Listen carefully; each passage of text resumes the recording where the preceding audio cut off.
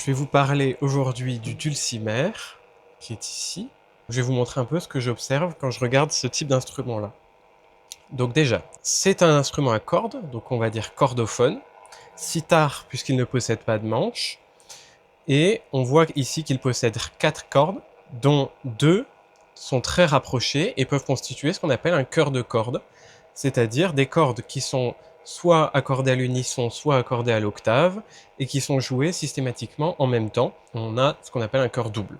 D'un côté de l'instrument, qu'on va appeler la tête, on va avoir le système de mise en tension des cordes, donc ce qui permet d'accorder l'instrument, et qui est ici un système de cheville avec un chevillet distinct qui est rapporté, c'est-à-dire que on a une pièce de bois qui est différente pour faire le chevillet, et 4 chevilles, 2 de part et d'autre du chevillet, mais avec néanmoins 4 trous de chaque côté.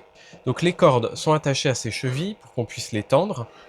Ensuite, elles passent par un sillet qui est ici au niveau de la tête. Et donc, dans ce sillet, on observe les 2 fentes pour faire passer le chœur de corde, le chœur double, puis une fente pour faire passer une autre corde, puis une corde plus grave qui passe par une des 2 fentes. Donc moi, ma première question en voyant ça, c'est est-ce qu'il manque une corde? Ou alors, c'est tout simplement le sillet qui est fait comme ça, et qui permet de pouvoir inverser le sillet si nécessaire.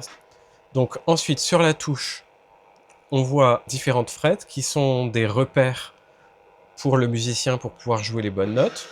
Et ensuite, après un évidement, qui est l'endroit où on va gratter les cordes, on a un deuxième sillet au niveau de la queue, et on observe la même construction que pour le sillet qui est au niveau de la tête.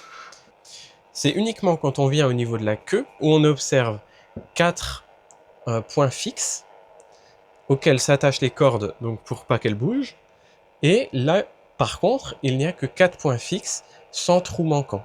Donc déjà on peut savoir qu'il ne manque pas de cordes, et que donc c'est probablement ce que je vous disais un peu plus avant, c'est que le sillet a été fait de telle manière à ce qu'on puisse faire un seul modèle de sillet et le mettre de part et d'autre, ne pas avoir peur de se tromper de sens, etc.